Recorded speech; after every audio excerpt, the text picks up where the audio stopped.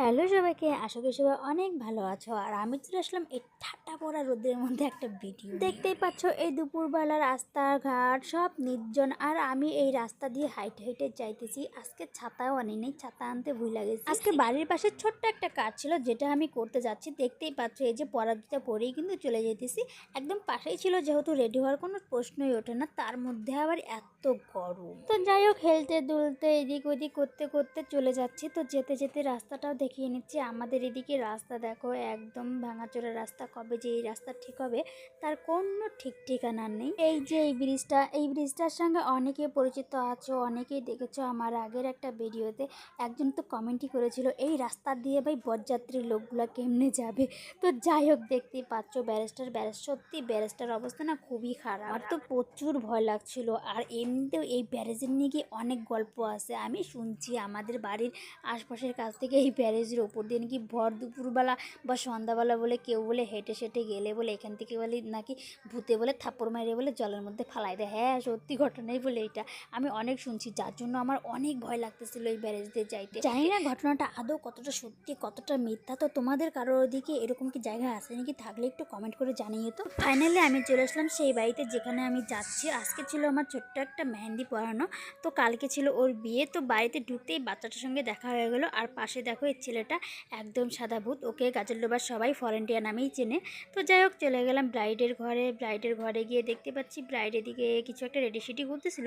তারপর আমাকে দেখালো সেই মেহেন্দিগুলো। তো দেখে আমি একদম পুরোটাই অবাক, কেননা এই মেহেন্দিগুলো আমার কাছে সম্পূর্ণই নতুন ছিল। এই মেহেন্দিগুলো আমি আগে কখনো ব্যবহার করিনি। মেহেন্দির নামটা ছিল কুহু মেহেন্দি। এই মেহেন্দিগুলো আমি আগে দেখেছি শুনেছি, কিন্তু এই মেহেন্দিগুলো আমি আগে কখনো ব্যবহারও করিনি আর কাউকে ব্যবহার করতেও দেখিনি।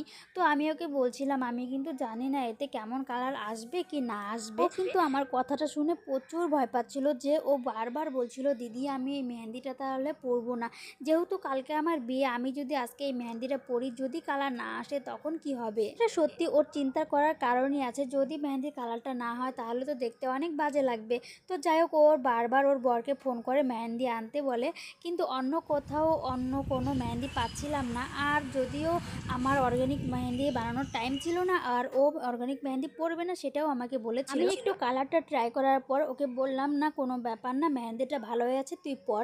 তো ও রাজি হলো মেহেন্দিটা পরার জন্য। আর ও আমাকে দেখো ডিজাইনগুলো দেখাচ্ছিল, আমি ওকে অনেক ডিজাইন দেখাচ্ছিলাম, কিন্তু ওর কোনো ডিজাইনই পছন্দ হচ্ছিল না। ওর পছন্দগুলো একটু অন্যরকম ছিল, একটু আলাদা রকম ছিল, মানে ব্রাইডালের মতো ছিল না, একটু বেসিক টাইপের ছিল। তো যাই হোক, ওর যেরকম ভালো লাগে আমাকে তো সেভাবেই পড়াতে হবে।